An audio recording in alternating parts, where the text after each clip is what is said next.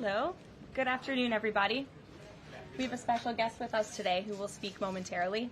But first, I would like to begin with a message from the White House to the families of the victims in the brutal murder case in Idaho, who were sharing their heart-wrenching stories about their loved ones before the court today and addressing the evil killer who took 4 precious souls.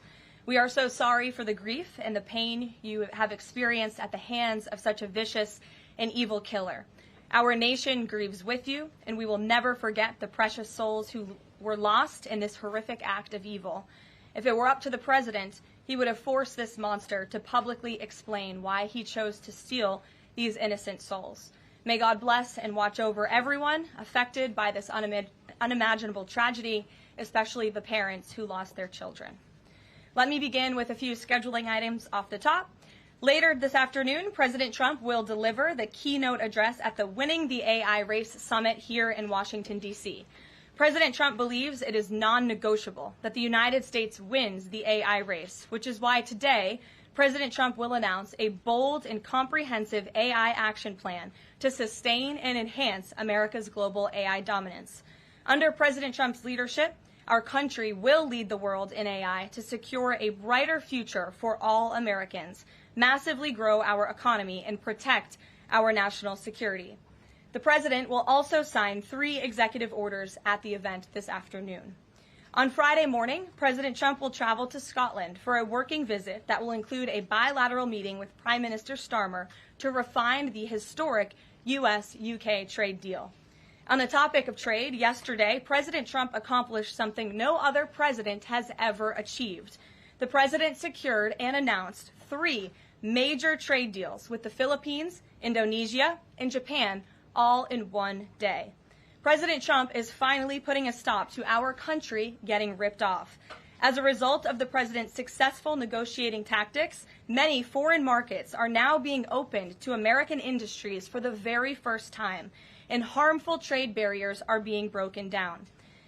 Thanks to President Trump, these countries around the world are agreeing to open their markets to American-made products and goods for the first time, which will lead to a boom in sales and profits for American businesses right here at home. As President Trump said, he will only lower tariff rates if a country agrees to open their market to American-made products. If not, they will continue to face tariffs and pay a steep price to do business in the United States of America, which remains the best market on the face of the planet. Also this week, the president officially marked 6 months here at the White House. He made big promises to the American people on the campaign trail last year, and he has unquestionably delivered on those promises in record time. The president has defeated the Biden inflation crisis to make America affordable again. Core inflation is currently at its lowest level in 4 years, and prices for everyday goods are falling. The president's pro-growth policies have fueled massive job growth across our country. Since the president has taken office, our economy has added nearly 700,000 new jobs, with native-born American workers accounting for all job gains. The president has put the economic needs of families and of workers first. He signed the largest tax cuts for the middle class in American history, including no tax on tips, overtime, and Social Security. We have also seen the president unquestionably deliver on his promise to secure our southern border.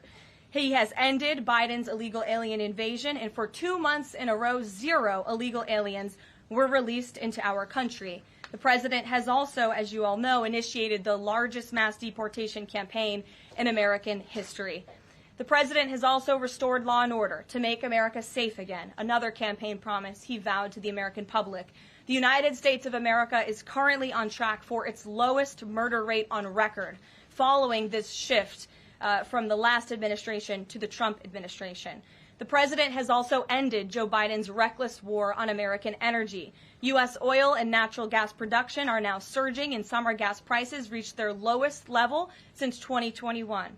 The president has also rebuilt our military, another campaign promise. He just signed the largest military investment in decades to modernize our armed forces with cutting-edge technology to replenish our stockpiles and provide American troops with the best equipment in the world. The U.S. Army, Navy, Air Force, and Space Force have all reached their recruitment goals months in advance.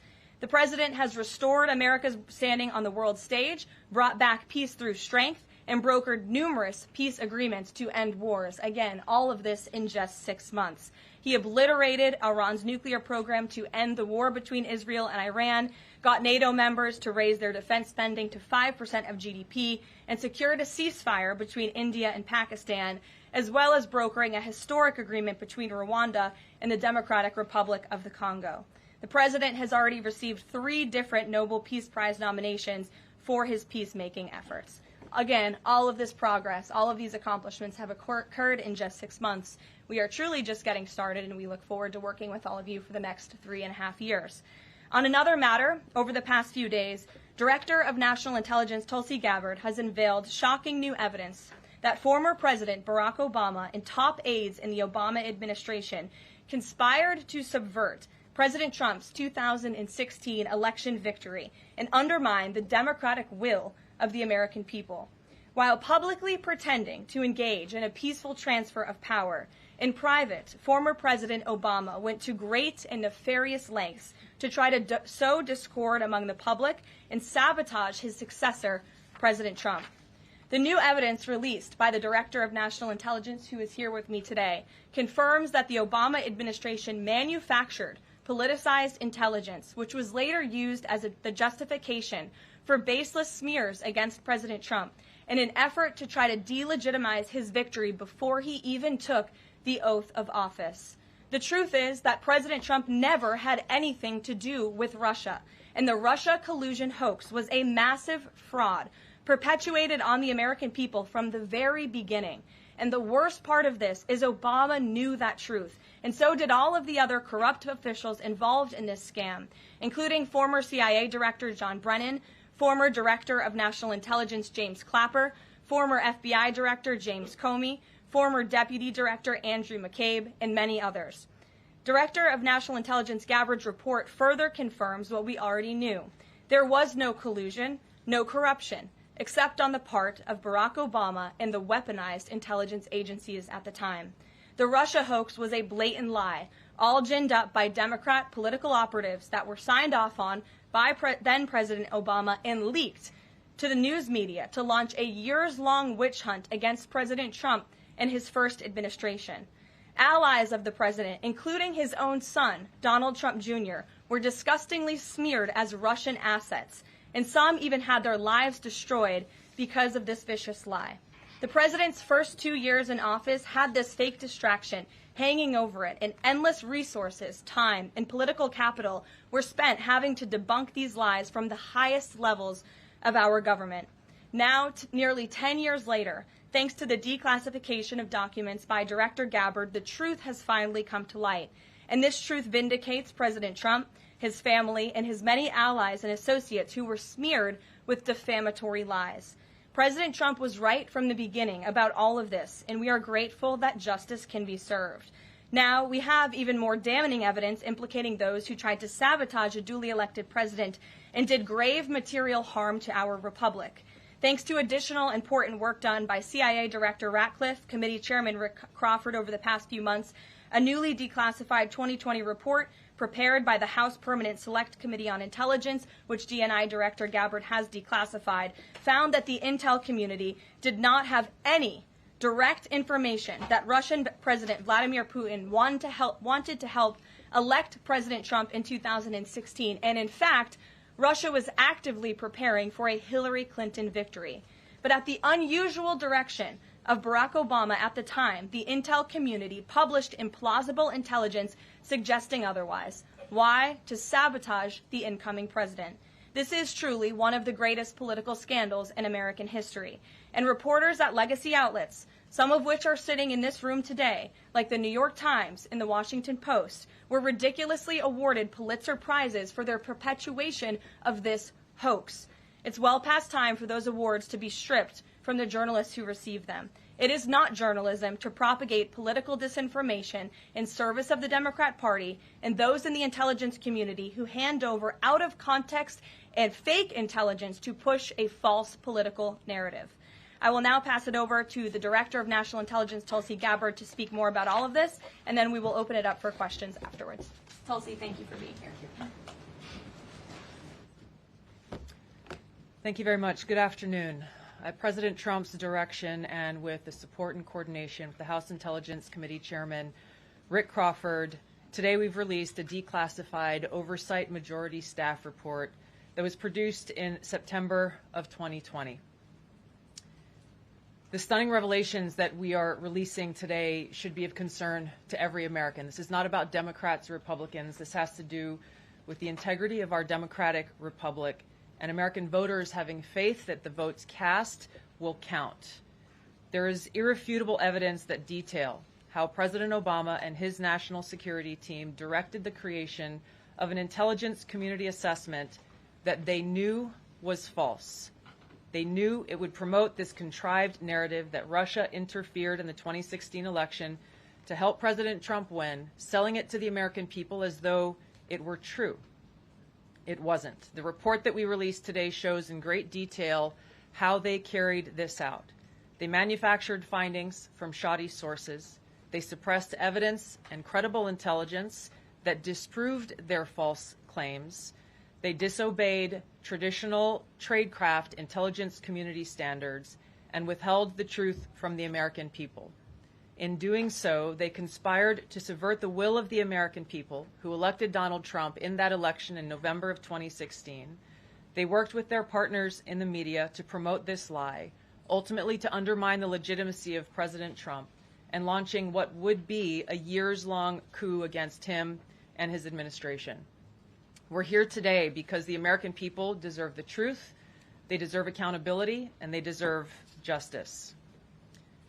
The records that we released on Friday that were ODNI records, Senator Chuck Grassley's release on Monday of what is known as the Clinton Annex, which was an appendix to the Department of Justice Office of Inspector General's 2018 report, as well as the House Intelligence Committee's majority oversight report that we're releasing today, all come back to and confirm the same report.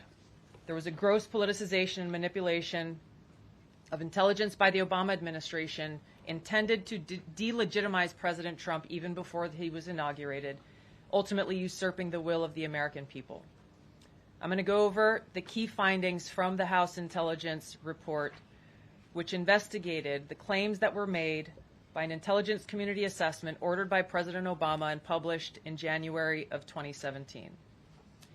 First, Putin's principal interests relating to the 2016 election were to undermine faith in the U.S. democratic process, not show any preference of a certain candidate. In fact, this report shows Putin held back from leaking compromising material on Hillary Clinton prior to the election, instead planning to release it after the election to weaken what Moscow viewed as an inevitable Clinton presidency.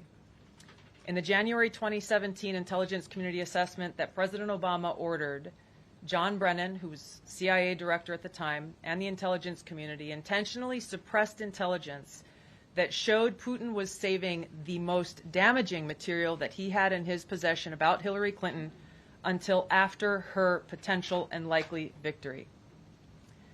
The report goes into great detail about the information that Russia and Putin had on Hillary Clinton, which included possible criminal acts like secret meetings with multiple named U.S. religious organizations in which State Department officials offered, in exchange for supporting Secretary Clinton's campaign for the presidency, significant increases in financing from the State Department.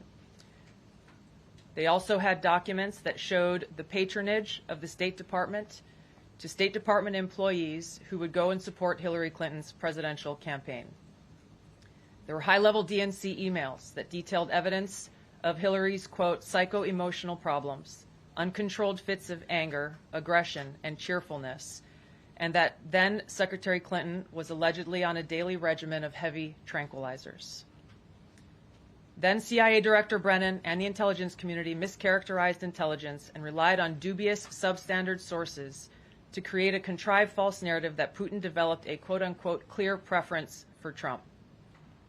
Brennan and the IC misled lawmakers by referencing the debunked Steele dossier to assess quote-unquote Russia's plans and intentions, falsely suggesting that this dossier had intelligence value when he knew that it was discredited. The intelligence community excluded significant intelligence and ignored or selectively quoted reliable intelligence that contradicted the intelligence community assessment's key findings on Putin's alleged support for Trump. Including this intelligence reporting would have exposed the ICA's claim as implausible, if not ridiculous. The intelligence community assessment omitted reliably sourced information, such as how some Russian intelligence officials were quote-unquote planning for candidate Hillary Clinton's victory, while others assessed neither Trump nor Clinton would respect Russia's interests. As was reflected in the ODNI documents that we released on Friday, multiple intelligence community assessments released in the months leading up to the November 2016 election concluded that Russia had neither the intent nor capability to impact the outcome of the U.S. election. On December 5th of 2016, the FBI and ODNI gave the House Intelligence Committee its first post-election classified briefing, in which there was no mention of Putin aspiring to elect Trump by either agency. The Presidential Daily Brief, drafted on December 8th of 2016, stated that no Russian or criminal actors impacted vote counts. This document was pulled just hours before it was to be published due to quote-unquote new guidance. If it had been published, it would have been briefed to both President Obama and President-elect Donald Trump. On December 9th, 2016, a National Security Council meeting was called to gather President Obama's senior national security officials, which included CIA Director Brennan, then Obama DNI James Clapper, Susan Rice, and others. Following that secret meeting, DNI Clapper's assistant sent an email to the intelligence community with the subject line, POTUS tasking on Russia election meddling, tasking ODNI leaders to create a new assessment per the president's request. The House Intelligence Committee oversight report that we released today reveals that, quote, unlike routine intelligence community analysis, the intelligence community assessment was a high-profile product ordered by the president, President Obama. It directed senior intelligence community agency heads and created an intelligence community assessment limited to just 5 analysts, using one principal drafter. This is not something that occurs in the normal path of producing an intelligence community assessment that reflects the views across the intelligence community. The production of this intelligence community assessment was subject to unusual directives directly from the president and senior political appointees, especially the former director of the CIA, John Brennan. The House Intelligence Committee oversight report also shows how later that same day, on December 9th, Brennan ordered the publication of quote-unquote substandard reporting on Russian activities, which had previously been withheld from publication of prior assessments because the information was judged, quote, to have not met long-standing publication standards. Some of the information later used in the Obama-ordered assessment over the objections of veteran CIA officers was, quote-unquote, unclear or from unknown sources. The Intelligence Committee's oversight report reveals that CIA Director Brennan overruled senior CIA officers who challenged the Obama-ordered intelligence assessment, stating, quote, we don't have direct information that Putin wanted to get Trump elected. Yet, the Obama-directed assessment was published on January 6, 2017, which explicitly stated, quote, we assess Putin and the Russian government aspired to help President-elect Trump's election chances when possible by discrediting Secretary Clinton and publicly contrasting her unfavorably to him, end of quote. The CIA and FBI, then led by John Brennan and James Comey, expressed high confidence in this judgment, while the NSA expressed moderate confidence. Yet, as the report we released today shows, the ICA, the Intelligence Community Assessment, did not cite any report where Putin indicated helping Trump win was an objective. The opposite is true. With regards to the Steele dossier, we now know that one of the source documents that the Obama administration used in the creation of this intelligence assessment in January of 2017 was none other than the discredited, unverified Steele dossier. The House Intel report states, quote, contradicting public claims by then CIA Director Brennan that the dossier was not in any way incorporated into this intelligence assessment. The dossier was referenced in the intelligence assessment's main body text and further detailed in a 2-page assessment annex. John Brennan lied And he denied using this dossier in this intelligence assessment that President Obama ordered because he knew it was discredited. It was a politically motivated, manufactured document. He directed senior CIA officials to use it anyway. CIA officer told the House Intelligence Committee staff as they investigated this, quote, "The director of the CIA, John Brennan, refused to remove it, and when confronted with the dossier's many flaws, responded, quote, 'Yes, but doesn't it ring true?'" Even the bipartisan Senate Select Committee on Intelligence report published in 2020 criticized the FBI's handling of the Steele dossier, noting its completely unverified nature and purposeful sidestepping of intelligence community procedures in its use. Now, President Obama, Hillary Clinton, John Brennan, James Clapper, James Comey, and others, including their mouthpieces in the media, knowingly lied as they repeated the contrived narrative that was created in this January 2017 intelligence community assessment with high confidence as though it were fact. John Brennan, as CIA director, stated in a memo to his agency staff in December of 2016, saying, quote, "There is strong consensus among us on the scope, nature, and intent of Russian interference in our presidential election." This was reported by NBC News, confirming that Brennan, along with James Clapper and James Comey, agreed with the CIA's assessment that Russia intervened to help Trump win the presidency. As Obama's Director of National Intelligence, James Clapper was tasked with overseeing the creation of this assessment in January of 2017 by President Obama, and he expressed confidence in its findings. In a 2018 interview with the Harvard Gazette, he talked about how he provided Trump with the same classified assessment that President Obama received, which included the high confidence judgment that Putin directly ordered the hacking and election interference. Clapper then went on to add, "I think they, the Russians, actually influenced the outcome." This is a brief summary of the details that you'll find within the House Majority Staff's report in their investigation into the Obama-directed January 2017 Intelligence Community Assessment. That leads us to the very same conclusion that we announced in the release of our documents on Friday. The implications of this are far-reaching and have to do with the integrity of our democratic republic. It has to do with an outgoing president taking action to manufacture intelligence, to undermine and usurp the will of the American people in that election, and launch what would be a years-long coup against the incoming President of the United States, Donald Trump. Thank you. Well, thank you, Tulsi. And we do want to take questions on this topic while the director has time for this topic. She will leave. I'm happy to take questions on other matters after that. But if anyone has questions for Director Gabbard, you're welcome to ask them. We'll start with our new media seat as always. Emily, go ahead. Thank you. And Director Gabbard, this one is for you. Do you believe that any of this new information implicates former President Obama in criminal behavior?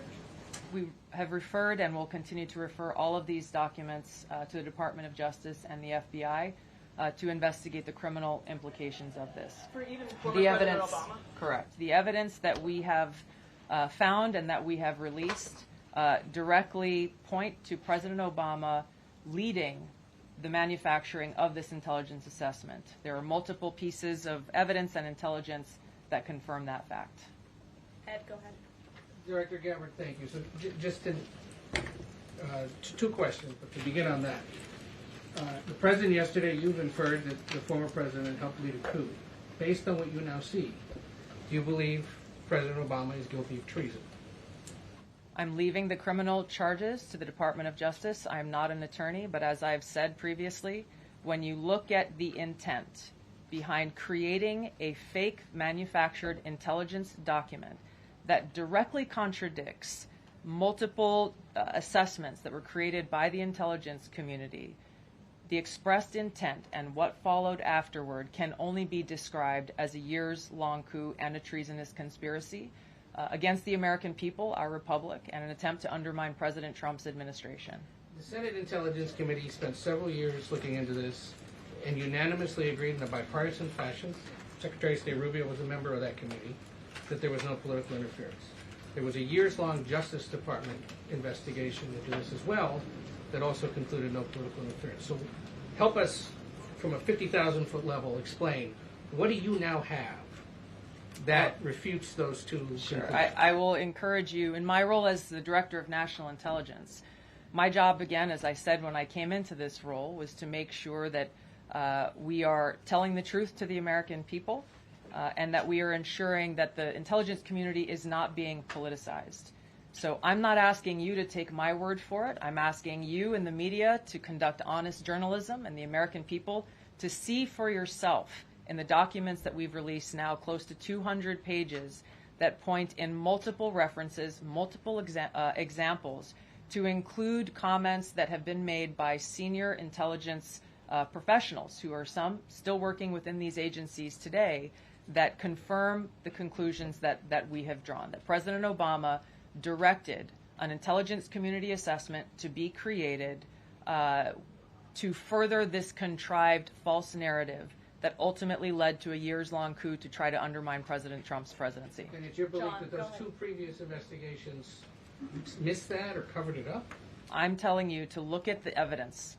Look at the evidence, and you will know the truth. John. Thanks, Caroline. Thanks, Director Gabbard. You declassified these documents, if I'm not mistaken, Friday of last week, correct? We released them on Friday of last week, the first tranche, yes. This isn't the first time that President Trump has been president of the United States. He was president from 2017 to 2021. Couldn't the prior DNI under President Trump have declassified these documents? And why didn't that DNI do that at that time? I can't speak to what happened there. There were several DNIs under the first Trump administration. President Trump faced many challenges from those who were working in the government who sought to undermine his presidency. That's been clearly detailed. What I can speak to is the fact that this was one of the first things that we started to investigate here within this Trump administration and have released the results upon the conclusion of our investigation. And then my second question has to do with what intelligence agencies around the world have said about Russia, that they have tried to influence elections in the United States, in France, in Germany, in the UK. Do you disagree with that? Do you believe that Russia is a bad actor as it relates to trying to influence elections? I'll point back to the intelligence that President Trump has ordered declassified, that we have declassified and released, that the intelligence reflects Russia's motives were to try to sow discord and chaos within the U.S. election, which is a clear distinction from showing a preference for or against a specific candidate, which is what the Obama manufactured intelligence document alleges, that Russia preferred Donald Trump and tried to help Donald Trump get elected. Again, going back to the most important point here, with the intent to undermine the legitimacy of President Trump's election and therefore subvert the will of the American people who chose to send him to the White House. Reagan. Thanks, Caroline. Director Gabbard, Reagan Race with Daily Caller. You laid out that the documents revealed that the Obama administration did not publish the December 2016 presidential daily briefing that demonstrated that Russia did not steal the election. Trump was receiving these briefings at the time because he was president-elect. Are you of the view that that information was kept out of the briefing because then President-elect Donald Trump would have seen it? I don't have any documents that speak to exactly what the new guidance was that was given as the reason for pulling that document, which, by the way, still has never been published until we released it last week, Friday. One could assume that they didn't want President Trump to see a document that came from the intelligence community that would contradict the Russia hoax narrative that began through the Hillary Clinton campaign with the Steele dossier. One more. Maybe either for you or Caroline. The president said yesterday that Obama committed treason. Do you or the White House believe that the Supreme Court's immunity decision protects Obama from prosecution? Look, I can speak to the president's feelings on this matter. He spoke to all of you yesterday in the Oval Office, but I also spoke to him about this morning. And he wants to see all those who perpetuated this fraud against our country, who betrayed our country and the Constitution, to be thoroughly investigated and held accountable.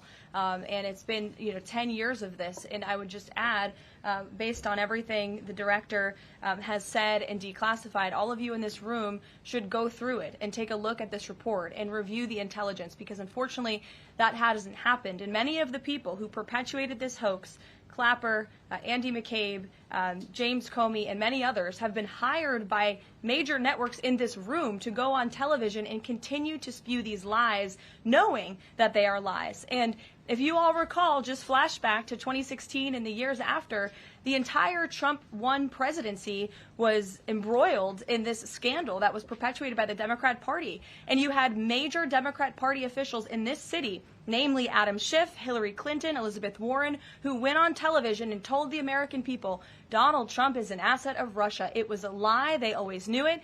Hillary Clinton herself said that President Trump would be a puppet for Putin. Senator Tim Kaine at the time called President Trump Vladimir Putin's defense lawyer. Adam Schiff stated, and one of the worst things a lawmaker can do is to tell the American people, I know something you don't know, it's just classified and I can't tell you. And that's what he said. I can tell you that the case is more than that. I can't go into the particulars, but there is more than circumstantial evidence now. And not enough people in this room, not enough journalists in this country pushed Adam Schiff to say, what are you talking about? What evidence do you have? Everybody just ran with the lies, and it led to impeachments. It led to the division of our country. Unfortunately, so many Americans, from listening to outlets in this room, believed in these lies. And it's a complete scam, and it's a scandal, and the president wants to see accountability for that. Phil.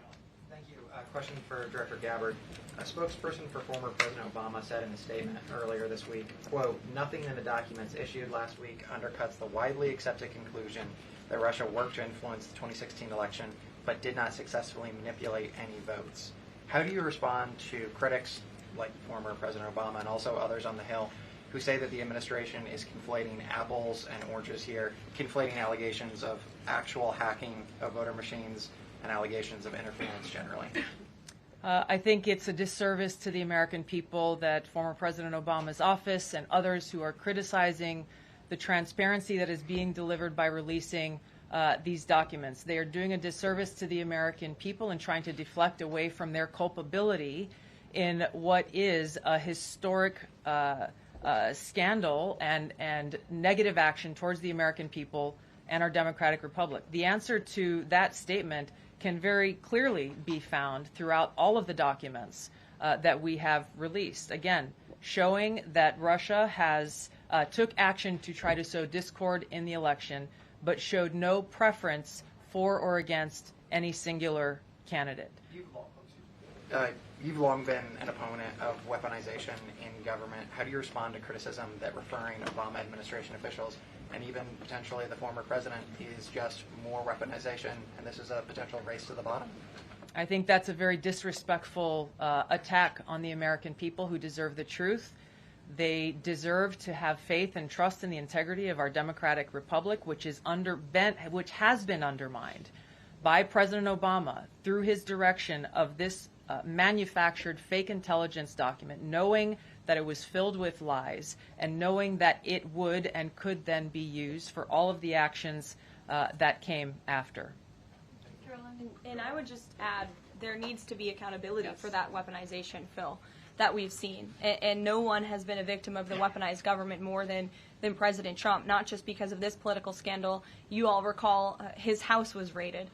So I think, it's very disingenuous for people to say, how dare they speak of former President Obama about this based on evidence and based on intelligence, when the former president of the United States, Donald Trump's home was raided, when he was forced to sit in a Manhattan courtroom and many other courtrooms across the country for crimes he never committed, when he was impeached and indicted, and the entire country witnessed that. That's the weaponization of justice. Now the president is back because the American people see the truth. Nearly 80 million Americans reelected him back to this office, and he believes that we need to have justice and accountability. And I think the nearly 80 million Americans who reelected him agree with that. Caitlin.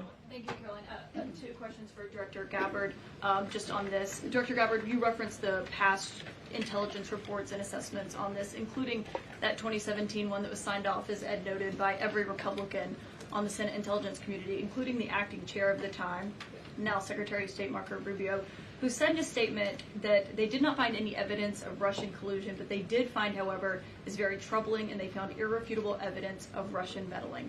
One, are you saying that he's wrong in that statement that he made then?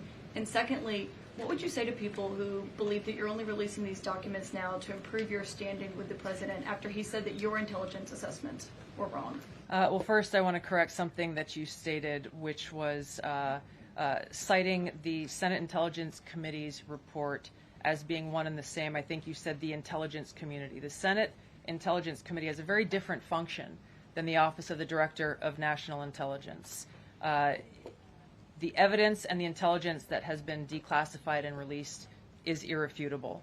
I'm going to let Karoline speak to Secretary Rubio. I'll speak to both questions. First, on Secretary Rubio, he put out a statement in 2020 following that Senate Intelligence Committee report, and he said what they found is troubling. We found irrefutable evidence of Russian meddling, which the Director of National Intelligence just confirmed for all of you, that Russia was trying to sow distrust and chaos. But what's the outrage in this that Secretary Rubio did not say at the time, the Democrats were saying at the time, is the fact that the intelligence community was concocting this narrative that the president colluded with the Russians, that the president's son was holding secret meetings with the Russians, all of these lies that were never true. And he also said at that time, we discovered deeply troubling actions taken by the FBI under Comey, particularly their acceptance and willingness to rely on the Steele dossier without verifying its methodology or sourcing. The Steele dossier that many outlets in this room ran as the gospel truth, and it was cooked up and paid for by the Clinton campaign.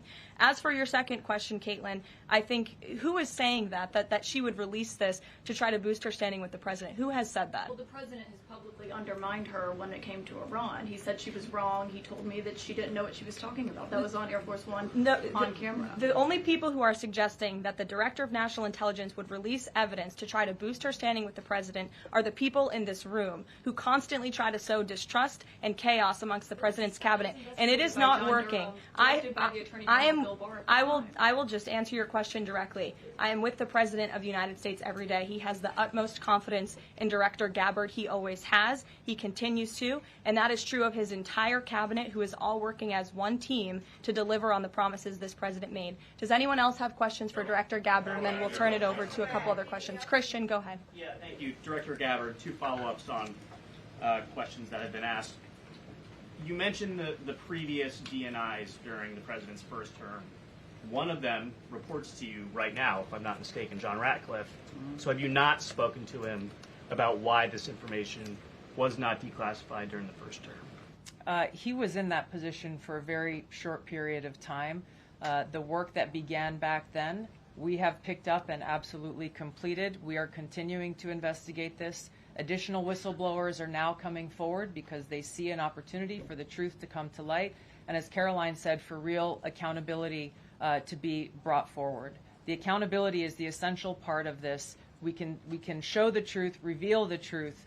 The accountability needs to occur to be able to start to restore that trust in the integrity of our democracy. And then just quickly, I know you said you would leave the charging to DOJ, but the statute of limitations on conspiracy is 5 years. So what else could they possibly pursue besides treason? I think that's a great question for Attorney General Pam Bondi. We're providing all of the evidence, all of the intelligence that we have, both redacted and unredacted versions, referring it to the Department of Justice and the FBI. We'll take one more. Charlie, go ahead.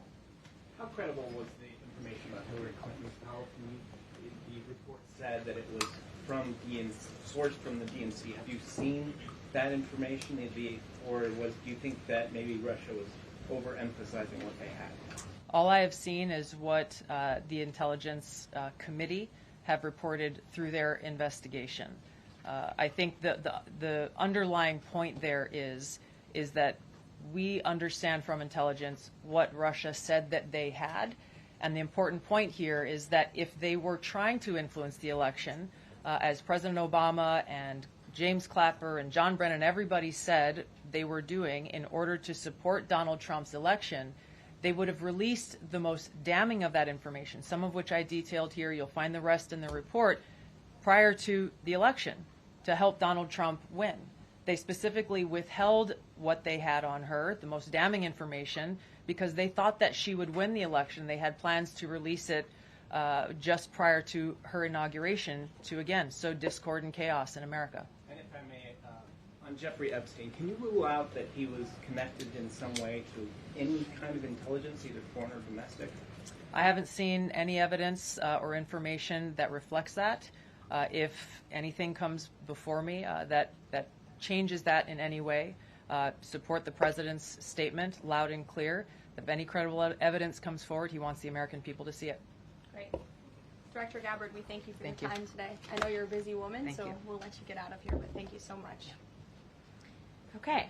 I know there's many issues going on today across the world and here at home. If you have any other further questions, I'm happy to take them. Ed, why don't you go ahead? Yeah, thank you, Caroline. So the Japan trade deal, is that Japan trade deal the start of this number of trade deals that the Treasury Secretary says we're going to see by August 1st? I think it is. I mean, as you said, we had Japan yesterday. We also had Indonesia, and we had the Philippines as well. The president announcing all three. He came in as the closer in all three of those. I've said many times from this podium that the president's trade team has been in active talks and discussions with many countries around the world, and you've all been anxiously awaiting what those countries were. Now you know three of them, and there's many, many more to go. We have now sent 25 letters to countries around the world. But just to reiterate this Japan deal, for those at home who may have missed it, Japan will now pay a 15% tariff versus the reciprocal rate of 24% that they initially had. Auto and auto parts tariffs have been reduced to 15%, but the centerpiece of this deal now is the president got Japan to commit to $550 billion in investments to revitalize American industries. And these funds will be spent at President Trump's discretion and direction into key industries such as energy, semiconductors, critical minerals, pharmaceuticals, and shipbuilding. And the U.S. will retain 90% of the profits from any investments made by this $550 billion fund. This was originally a $400 billion investment that President Trump then negotiated to an increase of $150 billion, making it a $550 billion deal for the American people. And I just want to emphasize, Ed, I see you have a follow-up, but it's very important. Japan has agreed to open their markets to many very key sectors and American-made products that have really faced very strict tariff and non-tariff barriers prior. So thanks to the president, Japan's markets will now be open to American-made products and goods. This is big news for our tech companies and our farmers as well. On Monday, the Treasury Secretary is going to Stockholm to talk to the Chinese delegation. What does the president hope to get out of that meeting? Are there deliverables? I won't speak to any deliverables or set expectations. I'll let the Secretary of Treasury do that. But I did speak to him yesterday about his upcoming trip, and he looks forward to continuing discussions with his Chinese counterparts. The President has ensured that we have a good continuing working relationship with China that benefits the United States. And so the Secretary of Treasury will be obviously discussing those key matters, but I'll let him set the expectations. Sure. Given what the DNI just said and laid out, does President Trump believe that President Obama should go to jail for something? Look, the president believes that this matter needs to be thoroughly investigated, and anyone convicted of crime should be held accountable in this country. Go ahead. Special Envoy Wickoff is headed overseas again. Good to see you, Olivia. I haven't seen you since the campaign trail. Yeah, it's good to see you. He's headed back overseas. Can you give us a sense of what the marching orders are to some of the people he'll be meeting with, and specifically as it relates to Gaza and ongoing talks there? Yes. Special Envoy Wickoff is headed to Europe, where he will meet with key leaders from the Middle East to discuss the ongoing ceasefire proposal to end this conflict in Gaza and to release the hostages. These are very sensitive negotiations that are currently taking place. I spoke to Special Envoy Wickoff last night about them. I will let him speak further on the matter, but the President and Special Envoy Wickoff has made the administration's goals clear. We want this ceasefire to happen as soon as possible, and we want these hostages to be released. Go ahead. A Florida federal judge has refused to allow the Epstein grand jury materials to be released. Does the president want the administration or Department of Justice to appeal that ruling?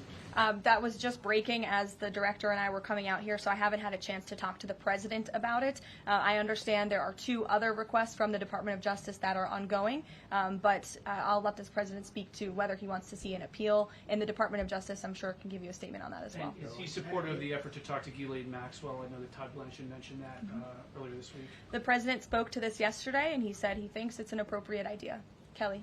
What is the accountability that you would like to see if this current president is the one who brought the case to the Supreme Court and Chief Justice Roberts made clear in his opinion that a sitting president's responsibilities in office cannot lead to prosecution, immunity.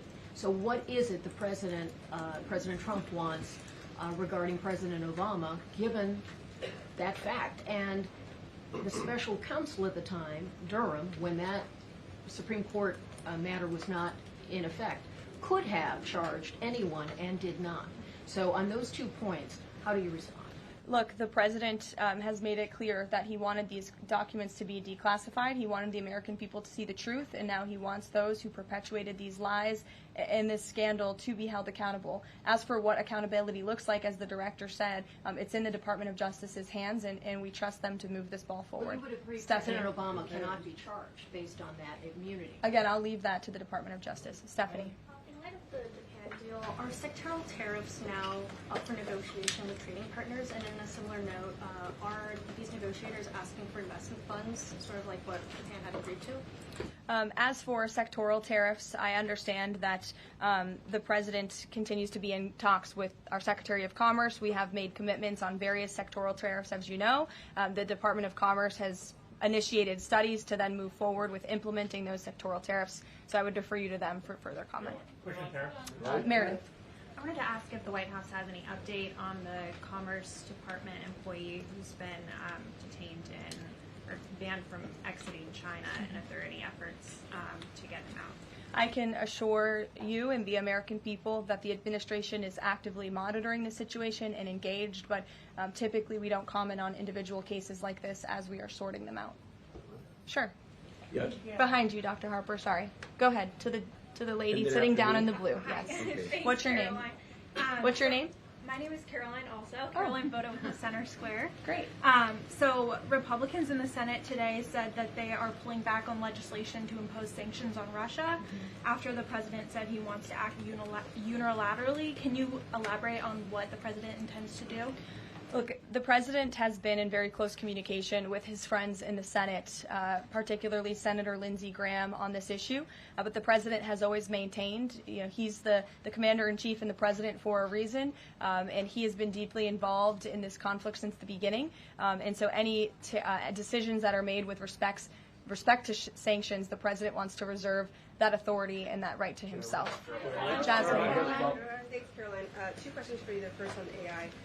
Does President Trump support federal agencies contracting with Elon Musk's AI company? I don't think so, no. Okay, so he would want the DOJ to then cancel the contract with Roth. I'll talk to him about it, yes. And my second question, just, obviously the developments with the Epstein case with the judge, but I wonder, has the White House counsel, the DOJ explored any other documents that could be released to the public that don't have to do with that grand jury testimony? To my knowledge, the Department of Justice has moved forward with the request to unseal that grand jury testimony, and as you know, they have also moved forward with interviewing Ms. Maxwell, which I believe will be taking place very soon. Go ahead. Sure. Thanks, Caroline. I have a question about Paul Ingrassia, the OSC nominee who faces a Senate committee hearing tomorrow. Tom Tillis said that he wouldn't vote for Ingrassia if a vote came to the Senate floor. 24 worker advocacy groups have said that they don't support his nomination. What is the White House planning to do to sort of turn the tide or convince legislators that they should vote for him? The White House is always in communication with members of both the Senate and the House, and we stand by the president's nominees. Sure. In connection with the Mueller investigation, a grand jury indicted 13 Russians. President Putin has said he will never extradite those men. Given the new information that Ms. Gabbard has found, what's the administration's position on that case? Should those charges be dropped? I don't have an update for you on that case, but I'll check in with the National Security Council, and our team will get you something.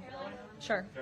Thank you so much. So Fannie Willis and Jack Smith separately, they both charged President Trump with conspiracy to defraud the United States and a conspiracy to overturn the 2020 election. It now turns out we're confirming that Obama and his cronies were doing that the whole time in 2016 on a massive scale, falsifying documents and having their intel agencies do this. What does this What does this say about the 2020 election? And also, yeah, what's your thoughts on the irony here? There is a lot of irony, especially for the party of the Democrat Party, who claims to be for democracy. We often heard throughout the 2024 campaign they were calling this president a threat to democracy. And now I think the declassification of all of these documents proves that they were indeed the true threat to democracy. And as I said repeatedly today, there needs to be justice and accountability for that. You all will hear directly from the president later this afternoon at the AI Summit here in Washington, D.C., scheduled to speak later in a few hours. So we will see you all there. Thank you very much.